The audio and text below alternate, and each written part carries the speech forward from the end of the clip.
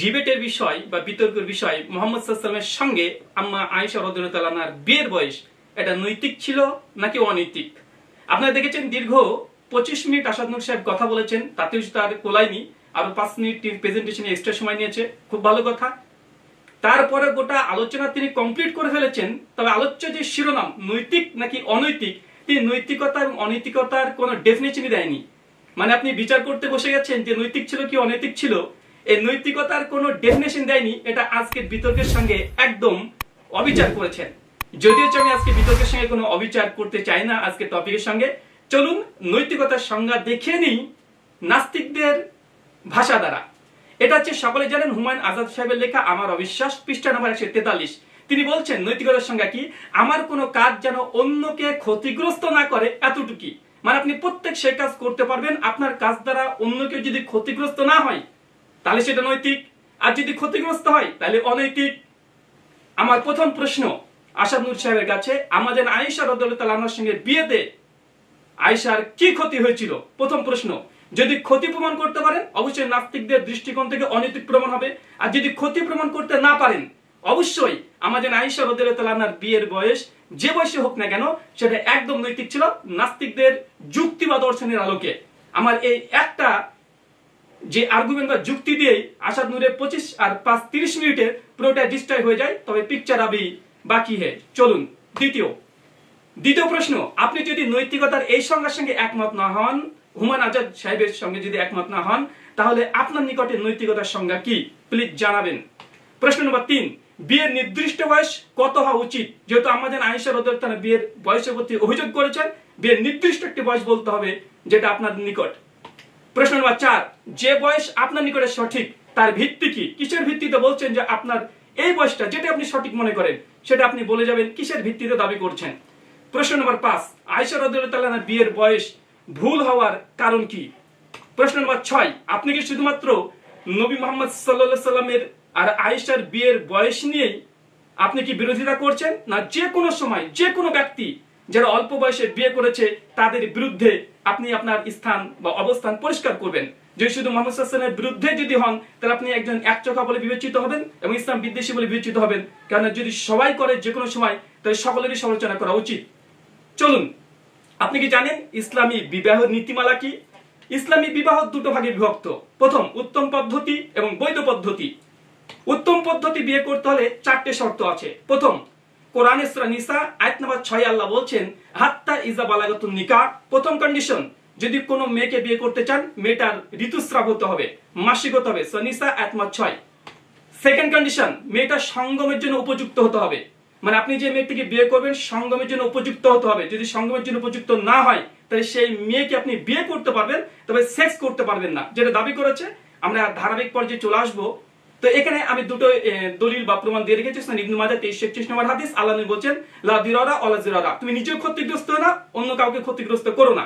মানে আপনি বিয়ে করেছেন, সেক্ষেত্রে আপনার স্ত্রী যদি সহবাসের আচরণ ক্ষমতা যদি না থাকে তাকে আপনি সহবাস করতে পারবেন না, ইসলামে নিষিদ্ধ। এবং সেই মুসলিমের সারা নবম খণ্ডে 206 নম্বর পৃষ্ঠায় এটা লেখা আছে। মিসকাত আল মাসাবি স্ক্রিন আপনারা দেখতে পাচ্ছেন যে আল্লাহ রাসূল বলেছেন, হে যুবক দল, এই তরুণ সমাজ, যাদের সামর্থ্য আছে বিয়ে করো, আর যাদের সামর্থ্য নয় তারা সিয়াম পালন করো। সামর্থ্য বলতে ফিজিক্যালি সামর্থ্য। যদি কোনো মেয়ের যদি ফিজিক্যাল সামর্থ্য না থাকে আল্লাহ রাসূল বলছে তাহলে তাকে সিয়াম পালন করতে হবে। কোনো পুরুষ যদি তার ফিজিক্যাল সামর্থ্য না থাকে তাহলে সে বিয়ে করা এটা সুন্নাত নয়, এটা ফরজ নয়, এবং তার জন্য মাকরুহ। স্ক্রিন আপনার সামনে দেখতে পাচ্ছেন। চলুন, এখন আমার প্রশ্ন আসাদ নূরের সাহেব গেছে। প্রশ্ন 7, একজন মেয়ে মাসিক হয়ে গেছে, পারফেক্ট। 2, সঙ্গমের জন্য পারফেক্ট। এখন এই মেয়েকে আপনারা শিশু বলবেন না সাবালিকা বলবেন?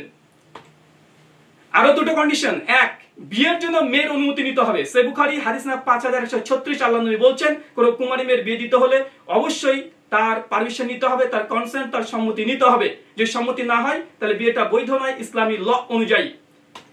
চতুর্থ কন্ডিশন, মেয়ের পিতার সমর্থন লাগবে। মেয়ে শুধু একাই বলতে হবে না, পিতাকে সমর্থন দিতে হবে। এটা সুনান ইবনে মাজাহ হাদিস নাম্বার 879 আল্লাহ নবী বলছেন নাদিকা ইল্লা বিওয়ালি, ওই বিয়েটা বৈধ নয় যে বিয়েতে মেয়ের ওয়ালি রাজি নেই। এখন সামনে আপনাদের ডিসপ্লেতে দেখেন 4টে সেশন এখানে আছে। 1, একটা মেয়ের মাসিক হয়ে গেছে। 2, সঙ্গমের জন্য পারফেক্ট, সঙ্গমের জন্য সে মানে একদম পারফেক্ট। তিন, মেয়ের অনুমতি আছে, কনসেন্ট আছে। চার, পিতার অনুমতি আছে। এই চারটে যখন স্টেজ পার করছে তখন হচ্ছে ইসলামী বিবাহ। এখন আমার 8 নম্বর প্রশ্ন আসাদ নূর হিসেবে গেছে, এই ইসলামী এই পদ্ধতিতে আপনার কি অভিযোগ? এখন এই চারটাকে লক্ষ্য করুন, সম্মানিত দর্শক মণ্ডলী, এই চারটাকে লক্ষ্য করুন। একজন মেয়ের মাসিক হয়েছে, সঙ্গের জন্য উপযুক্ত হয়েছে। এই দুটো কন্ডিশন একসঙ্গে পূরণ হওয়ার জন্য নির্দিষ্ট কোনো বয়স নেই। কোনো মেয়ের ক্ষেত্রে 9 বছরে দুটো স্টেজ পার করতে পারে, কেউ 11 বছরে পার লাগতে পারে, কেউ 13 বছর লাগতে পারে, আবার কেউ 15 বছরেও এই দুইটো কন্ডিশন পার না হতেও পারে, কারো 18 বছর না হতে পারে, কেউ 9 বছরে হতে পারে। যেমন আমাদের আয়েশা রাদিয়াল্লাহু তাআলা আনহা, তিনি তার ঋতুস্রাব এবং সঙ্গের জন্য উপযুক্ত হয়েছিলেন মাত্র 9 বছরে। আর এই যখনই 9 বছরের দুটোকে আপনি একসঙ্গে হয়ে যাচ্ছে, তখন তাকে আপনি আবার নাবালিকা বলতে পারবেন না, সে একজন ম্যাচুরিটি বা ম্যাচিউর হয়ে গেছে, প্রাপ্তবয়স্ক। আর আমার দাবি ওটা, আমাদের প্রাপ্তবয়স্ক ছিলেন যখন আল্লাহ নবী ঘরে নিয়ে গিয়েছিলেন। প্রশ্ন নম্বর 9 আসাদ নূরের সাহেবের কাছে, একজন মেয়ে 18+ বয়স, কিন্তু শারীরিক সক্ষমতা নেই, সেক্স করার ক্ষমতা নেই, কিন্তু বয়স তার 18 পার হয়ে গেছে। আধুনিক আইনে তার বিবাহ বৈধ না অবৈধ জানিয়ে যাবেন। আসুন, বৈধ পদ্ধতি যে বিষয়টাকে নিয়ে আসাদ নূর সাহেব অনেকে আলোচনা করেছে, তবে দেখবেন তিনি আলোচনা করতে গিয়ে আজকের আলোচ্য বিষয় বাদ দিয়ে তিনি অনেক কিছু বলেছে, কিন্তু প্রসঙ্গের উপরে খুব বেশি কোনো কথা বলেনি। চলুন সেটারও জবাব দিয়ে দিই এখনই। তিনি বলেছেন যে বাল্য বিবাহ, দেখেন বাল্য বিবাহ ইসলাম কি বলছে, তিনি যে সাইড দিয়েছেন সৌদি আরবের, ওই সাইডেই একই জায়গাতে বলা হচ্ছে। বিন বাজ রাহিমাহুল্লাহর ফাতোয়া, তিনি বলছেন একজন পিতা তার মেয়েকে তখনই বিয়ে দিতে পারবে যখন সুস্পষ্ট কল্যাণ দেখতে পাবে, স্পষ্ট কল্যাণ। দেখেন স্ক্রিনে আছে, অনুবাদ করে রেখেছি। তিনি বলছেন কি, দেখেন অল্প বয়স্ক বালিকার বিয়ের বিষয়টি প্রাধান্যযোগ্য সুস্পষ্ট উপকারিতার উপরে নির্ভরশীল, স্পষ্ট উপকারিতা থাকতে হবে। 2 নম্বর পয়েন্ট দেখেন, কিন্তু প্রাধান্য দেওয়া এমন স্পষ্ট উপকারিতার সম্ভাবনা না থাকলে অল্প বয়স্ক অবস্থায় তাকে বিয়ে দেওয়া যাবে না। যদি স্পষ্ট উপকারিতা না থাকে, যে কেউ বিয়ে দিতে পারবে না, আমি বিয়ে দিতে পারবো না, আমার যদি না দেখি যাকে বিয়ে দিচ্ছি তার সঙ্গে বিয়ে দিলে স্পষ্ট কোনো উপকারিতা আছে না নেই। চলুন এখানে আরেকটি প্রশ্ন, যে 2 নম্বর বিষয়, যে স্বামী যদি অপ্রাপ্ত বয়স্কর মেয়ের যদি তার পিতা বিয়ে দিয়ে দেয়, স্বামী তার সঙ্গে সহবাস করতে পারবে না, স্বামী তার সঙ্গে সহবাস করতে পারবে না। যে ফতোয়া আসাদ নূর সাহেব দিয়েছেন ওটাই দেখেন, একই ফতোয়া আপনাদের সামনে উপস্থিত হয়েছে। এখানে ইমাম মালিক, ইমাম শাফি, ইমাম আহনাফ 3 ইমাম বলছে ছোট বালিকার সঙ্গে সহবাস করার ক্ষেত্রে শুধুমাত্র বিবাহের চুক্তি দ্বারা এটি বৈধ হয় না, স্বামী তার সঙ্গে সহবাস করবে না যতক্ষণ না সে সঙ্গমের জন্য উপযুক্ত হয়। সেই মুসলিম, শাহরু মুসলিম 9ম খণ্ডে 206 নম্বর পৃষ্ঠা। তার মানে বিয়ে বাবা দিয়ে দিতে পারে, কিন্তু যতক্ষণ মধ্যে ফিজিক্যালি পারফেক্ট না হচ্ছে মেয়ের সঙ্গে সহবাস করা যাবে না। যেমন আল্লাহ রাসূল 6 বছর বিয়ে করেছিলেন, 9 বছরে যতক্ষণ আয়েশা রাদিয়াল্লাহু পারফেক্ট না হয়েছে ততক্ষণ নিয়ে যায়নি। চলুন 3 নম্বর কন্ডিশন, সাবালিকা হয়ে গেলে এই মেয়ে তার বিয়ে ভঙ্গ করতে পারবে। মনে রাখবেন ইসলামী বিবাহ 2 ভাগে বিভক্ত। এক, নিকা মানে এনগেজমেন্ট, একটা মেয়ের সঙ্গে একজন বাবা তার মেয়ের যে কোনো ছেলের সঙ্গে বিয়ে দিতে পারে অল্প বয়স্ক, কিন্তু মেয়েটাকে ততক্ষণ ঘরে তুলতে পারবে না সে জামাই যতক্ষণ না সে ম্যাচুরিটি আসছে। যখনই ম্যাচুরিটি আসবে মেয়েটাকে জিজ্ঞাসা করতে হবে, হাদিস আপনার সামনে, সে বুখারী 5138 নম্বর হাদিস, তার বাসর করার আগে মেয়ের কাছে কনসেন্ট নিতে হবে। যদি মেয়ে যদি কনসেন্ট দেয় তাহলে বিয়েটা কমপ্লিট হলো, আর মেয়ে যদি কনসেন্ট না দেয় বিয়ে বাতিল। দেখেন সেই বুখারী হাদিস নাম্বার এত। আল্লাহ রাসূলের কাছে একজন মেয়ে বলছে, আল্লাহ রাসূল আমার অল্প বয়সে আমার বাবা বিয়ে দিয়ে দিয়েছে, কিন্তু আমার এই স্বামীকে পছন্দ নয়, আমি এখন বুঝতে শিখেছি, আল্লাহ রাসূল তার বিয়ে বাতিল করে দিয়েছে। সেই বুখারী হাদিস নাম্বার 5138। এখন একটা বিষয়, যে আমরা যে শর্তগুলো বললাম আপনারা দেখে নিয়েছেন, যে 1 মাসিক হওয়া, 2 ফিজিক্যালি পারফেক্ট হওয়া, 3 মেয়ের কনসেন্ট, 4 বাবার কনসেন্ট। এই 4টে যদি হয় তবে এটা উত্তম বিবাহ। চলুন আমাদের আয়েশা রাদিয়াল্লাহু তাআলা আনহা তিনি কি এই সব শর্ত পূরণ করেছিলেন? উত্তর একদম হ্যাঁ। চলুন 1 নম্বর শর্ত, কন্ডিশন 1, আয়েশা রাদিয়াল্লাহু তাআলা বয়ঃসন্ধিতে পৌঁছেছিলেন, জি পৌঁছেছিলেন। সুনান আবু দাউদ হাদিস 4933। এখানে আমাদের আয়েশা বলছে, উম্মে রুমান মানে আয়েশার মা যখন ডাকলেন, দোল খেলছিল, ঠিক সেই সময়তে ঘটনা বর্ণনা করার শেষে দেখেন দাগন আছে, এবং আবু দাউদ রাহিমাহুল্লাহ বলছেন, অর্থাৎ আয়েশা বলছেন আমার মাসিক হয়েছিল, মানে সেই সময়তে বিয়ের ঘরে ওঠার আগে আমাদের আয়েশার মাসিক হয়েছে, স্পষ্ট প্রমাণ। সুনান আবু দাউদ হাদিস 4933। সেকেন্ড কন্ডিশন, এবং আমার প্রশ্ন 10 নম্বর, আয়েশা রাদিয়াল্লাহু তাআলা আনহার মাসিক শুরু হয়নি, একটা সুস্পষ্ট প্রমাণ পেশ করতে হবে, একটা হাদিস যে আয়েশার মেন্স হয়েছিল না বা তার বয়ঃপ্রাপ্ত হয়নি, একটা আপনাকে দলিল দিতে হবে। আচ্ছা, কন্ডিশন 2, আয়েশা রাদিয়াল্লাহু তাআলা আনহা প্রাপ্তবয়স্ক ছিলেন, এর প্রমাণ কি? স্বয়ং আয়েশা রাদিয়াল্লাহু তাআলা আনহা, যার কেস নিয়ে আজকে ডিবেটে বসেছি, তিনি কি বলছেন? মাসাইলুল হাদ কিতাবুত তাহারাত হাদিস নাম্বার 1289, আমাদের আয়েশা রাদিয়াল্লাহু তাআলা আনহা বলছেন একজন মেয়ে যখন 9 বছরে পৌঁছে যায় সে অওরাত, সে নারী হয়ে যায়। সে সাবালিকা হয়ে যায়। আজকে যাকে নিয়ে আসাদ নূর তো মায়ের কান্না দেখাচ্ছে, মায়ের মর্যাদা দিয়েছে, মায়ের কথা মেনে নেন। মা বলছে যে সে ম্যাচুরিটি পার করেছে, তার হায়াজ হয়েছে এবং 9 বছরে সে ম্যাচুরিটিতে পৌঁছে গেছে, সে নারী হয়ে গেছে, সে প্রাপ্তবয়স্ক হয়ে গেছে, মা বলছে, মেনে নেন। আচ্ছা চলুন, এ হচ্ছে দ্বিতীয় কন্ডিশন। তৃতীয় কন্ডিশন এবং আমার প্রশ্ন, আয়েশা রাদিয়াল্লাহু আনহা প্রাপ্তবয়স্ক ছিলেন না, একটা সুস্পষ্ট প্রমাণ পেশ করতে হবে, একটা। কন্ডিশন 3, শারীরিকভাবে রেডি হওয়া। আমাদের আয়েশা কি শারীরিকভাবে পারফেক্ট ছিলেন? আল্লাহ রাসূলের সঙ্গে ঘরে যাওয়ার আগে অবশ্যই হয়েছে। কে বলেছে? আয়েশা রাদিয়াল্লাহু আনহা নিজে বলছেন। দেখেন স্ক্রিনে আপনার সামনে হাদিস, সুনান ইবনে মাজাহ হাদিস না 3324। আমাদের আয়েশা নিজে বলছেন, যখন আমার মা আল্লাহ রাসূলের ঘরে পাঠানোর জন্য পরিকল্পনা করছিলেন, আমার স্বাস্থ্য খুব দুর্বল ছিল, এই জন্য চিকিৎসা করিয়েছেন। আমাদের আয়েশার মা চিকিৎসা করিয়েছেন। এবং আয়েশা রাদিয়াল্লাহু শেষ বাক্য কি বলছে? অবশেষে আমি তাজা খেজুর সাথে শসা মিশিয়ে খেলাম এবং উত্তম রূপে দৈহিক পরিপুষ্ট লাভ করলাম। মানে আমাদের আয়েশা রাদিয়াল্লাহু আনহা বিয়ের পরে আল্লাহ রাসূলের ঘরে যাওয়ার আগে সে পারফেক্ট হয়েছে, ফিজিক্যালি পারফেক্ট হয়ে গেছে, রেডি হয়ে গেছে। কোথায় আপনি বাচ্চা পেয়েছেন? এটাকে বলে গাছে কাঁঠাল গোপে তেল। আমাদেরকে শিশু প্রমাণই করতে পারলো না, শিশু করে লাফাচ্ছে। এটাকে বলে বিনা মেঘে বজ্রপাত। নৈতিকতার সংজ্ঞা নেই, গোটা থেকে অনৈতিক বলে চলে গেলেন। আলোচনা চলছে আমাদের আয়েশার বিয়ের বয়স নৈতিক নয় অনৈতিক, উনি চলে গেলেন বাল্য বিবাহ। আরে প্রমাণ তো করতে হবে। আয়েশা রাদিয়াল্লাহু আনহা তখন বালিকা ছিলেন, শিশু ছিলেন, প্রমাণ পেশ করেন যে ঘরে যাওয়ার আগেও সে বালিকা ছিলেন, নচেত গাছে কাঁঠাল গোপে তেল দিয়ে 5 পয়সা লাভ নেই। চলুন চতুর্থ কন্ডিশন এবং আমার প্রশ্ন, আয়েশা রাদিয়াল্লাহু আনহা শারীরিকভাবে তিনি রেডি ছিলেন না, একটা প্রমাণ পেশ করবেন। চলুন চতুর্থ কন্ডিশন, আয়েশা রাদিয়াল্লাহু আনহা তিনি কি বিয়েতে সম্মতি দিয়েছেন? জি দিয়েছে। কে বলছে? আয়েশা নিজে বলছে। সুনান ইবনে মাজাহ হাদিস না 2053। আল্লাহ রাসূলের উপরে যখন সূরা হাজরের 29 নম্বর আয়াত অবতীর্ণ হয়, আল্লাহ রাসূল এসে বলেছিলেন যে আয়েশা তুমি তোমার বাপের কাছে আবু বকরের কাছে যাও এবং গিয়ে তুমি গিয়ে বলো যদি চাই তাহলে বিয়েকে ভঙ্গ করতে পারে। আম্মা জান আয়েশা রাদিয়াল্লাহু আনহার সঙ্গে সঙ্গে বলছে আমি আমার বাপের কাছে কি জিজ্ঞাসা করব? লাস্টের লাইন লক্ষ্য করেন, আম্মা জান আয়েশা নিজে বলছে আমি আল্লাহ এবং তার রাসূলকে গ্রহণ করলাম, আমি আবু বকর আমার পিতার কাছে দরকার নেই। গোটা দুনিয়া একদিকে আর আল্লাহর নবী আপনি একদিকে। আম্মা জান আয়েশা নিজে বলেছেন, তার সম্মতি, তার কনসেন্ট। তার মানে আম্মা জান আয়েশা রাদিয়াল্লাহু আনহার এই বিয়েতে সম্মতি ছিল। আল্লাহ রাসূল তাকে বলেছে তুমি চাইলে তুমি ত্যাগ করতে পারো, এটা তুমি পিতার সঙ্গে আলোচনা করো। আয়েশা রাদিয়াল্লাহু আনহা বলছেন আমার পিতার সঙ্গে আলোচনা করার কোনো প্রয়োজন নেই, আমি আপনাকে গ্রহণ করলাম, আপনাকে অ্যাকসেপ্ট করলাম, গোটা দুনিয়া ভেসে যাক, আল্লাহ রাসূল আপনাকে আমি গ্রহণ করলাম। আম্মা জান আয়েশার প্রতি মায়া কান্না, মায়ের কথা মেনে নাও। চলেন প্রশ্ন 13 নম্বর, আয়েশা রাদিয়াল্লাহু আনহার সম্মতি ছিল না এই বিয়েতে, একটা প্রমাণ পেশ করবেন, একটা। আবেগ বা ভিকটিম কার্ড খেলে লাভ নেই, আবেগ এখানে চলবে না, তথ্য এবং প্রমাণ। আবেগ দিয়ে কাজ নেই, যে এটা ইমোশনাল ব্ল্যাকমেল করে লাভ নেই, ইমোশনাল কার্ড খেলে লাভ নেই, তথ্য এবং প্রমাণ পেশ করেন। নাস্তিকদের দৃষ্টিকোণে এই বিয়েটা নৈতিক কি নৈতিক না, পঞ্চম কন্ডিশন ফ্রিতে দিচ্ছে। এটা কি বলছেন দেখেন, হুমায়ুন আজাদ সাহেব তিনি বলছেন 142 নম্বর পৃষ্ঠা, তিনি বলছেন যে একজন স্বামী স্ত্রী তারা সংসার জীবনে যদি সুখী থাকে এটাই নৈতিক। আমাদের আয়েশা রাদিয়াল্লাহু আনহা কি বলছেন?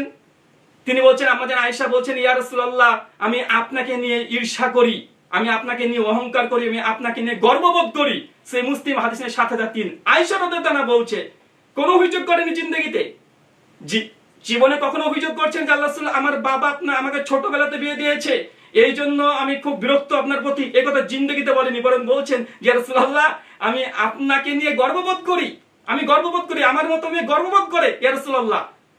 কি বলছেন? চলুন এখন আমার প্রশ্ন 14, আয়েশা রাদিয়াল্লাহু আনহা সুখী ছিল, তিনি নিজে সাক্ষী দিয়েছে, তাহলে এই বিয়েটা কেন নৈতিক নয়? কেননা নাস্তিকরা বলছে স্বামী স্ত্রী সুখী থাকলে সেটাই নৈতিক। এরা দুজন স্বামী স্ত্রী সুখী ছিল, এই কাপল গর্ববোধ করছে একে অপরকে নিয়ে, তাহলে কেন এটাকে নৈতিক বলছেন না? কেন নৈতিক বলছেন? ইঁদুরের কপালে সিঁদুর দেওয়ার মানে কি? চলুন দেখেন, ইমাম শাফি রাহিমাহুল্লাহ আজ 1300 বছর আগে ইমাম শাফি বলছেন, শিয়ারুল নুবালের মধ্যে ঘটনা বর্ণনা আছে, তিনি বলছেন যে আমি ইয়ামেনের অনেক মেয়েদেরকে দেখেছি 9 বছর বয়সে তারা ঋতুস্রাব হয়ে গেছে।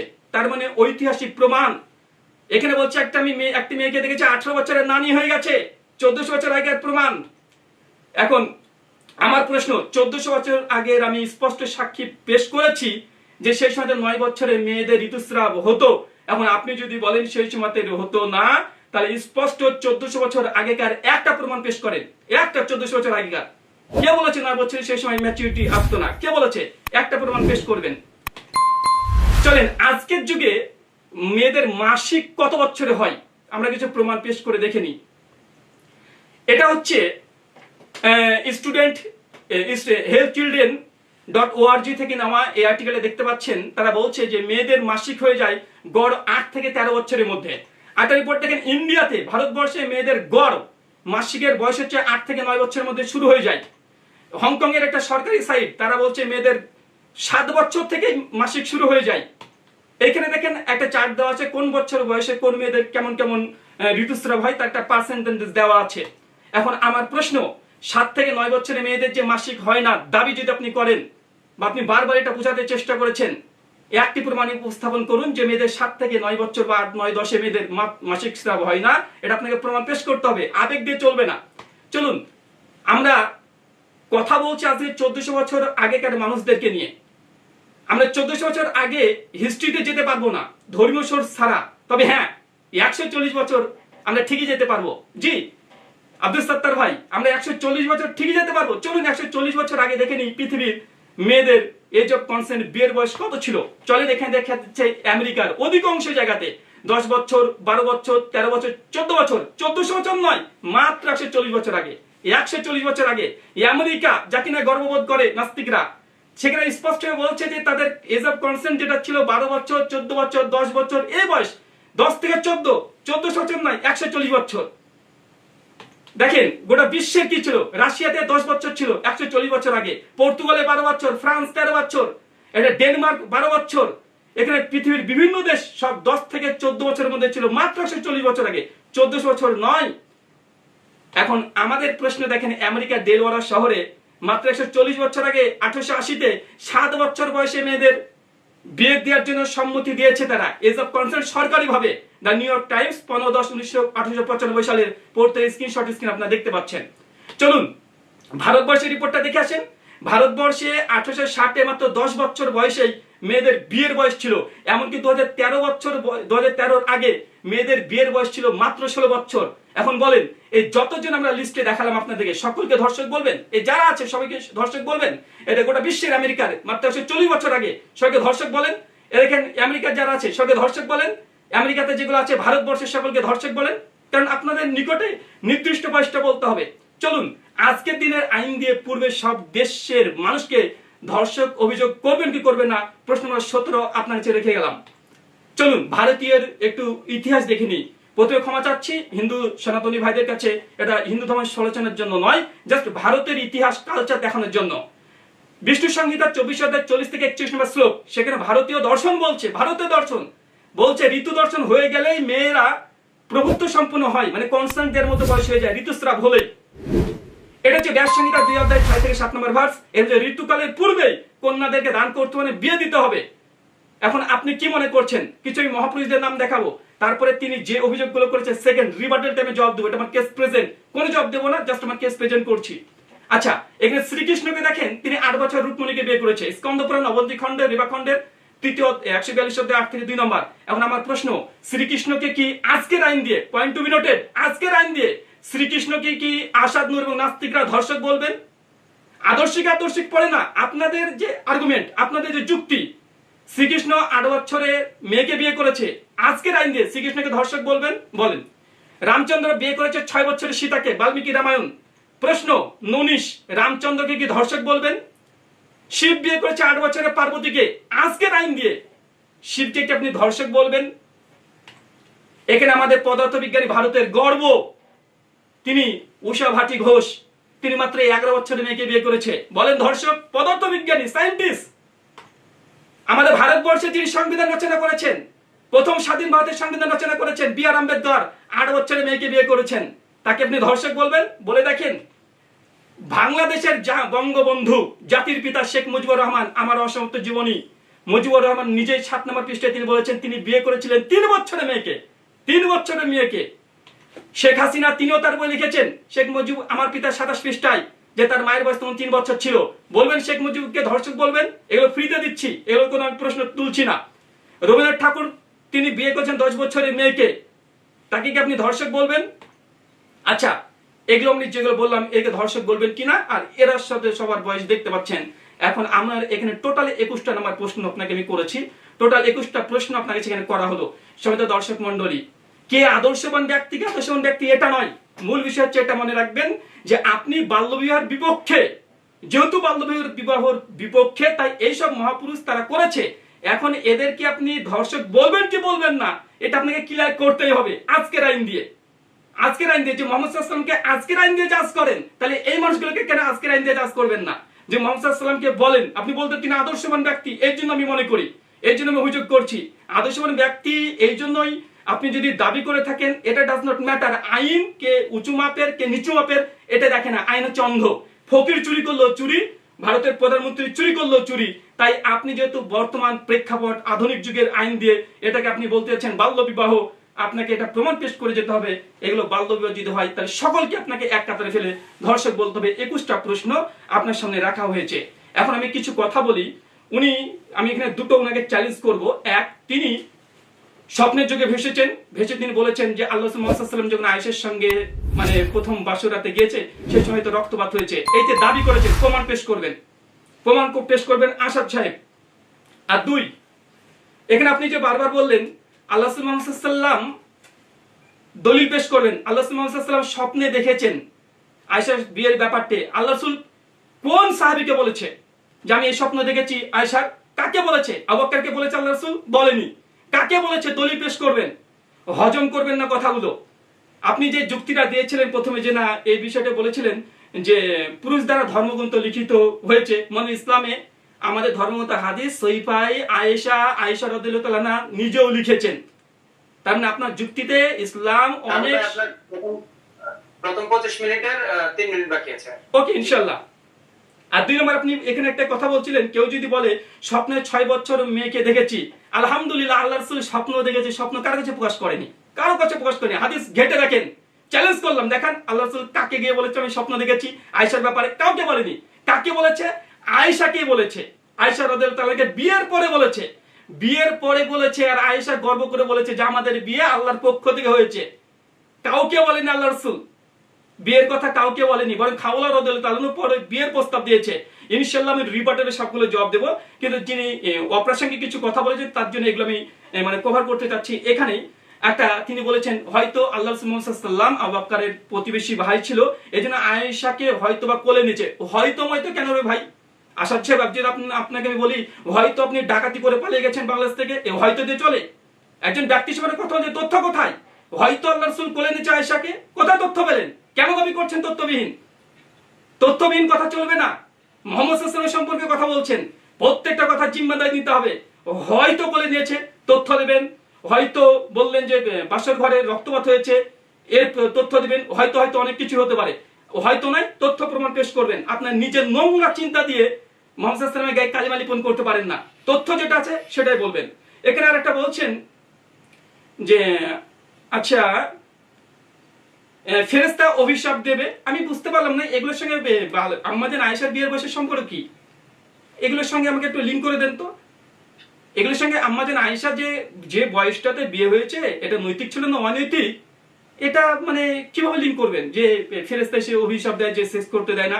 আরে প্রমাণ তো করেন আগে। আমাদের আয়েশা ঘরে যাওয়ার সময় তো সে বাচ্চা ছিল, শিশু ছিল, প্রমাণ তো করবেন। গাছে কাঁঠাল কোপেতেল, আজীব ব্যাপার। স্বপ্নের গরুকে গাছে তুলে নাচাচ্ছেন, কেন রে ভাই?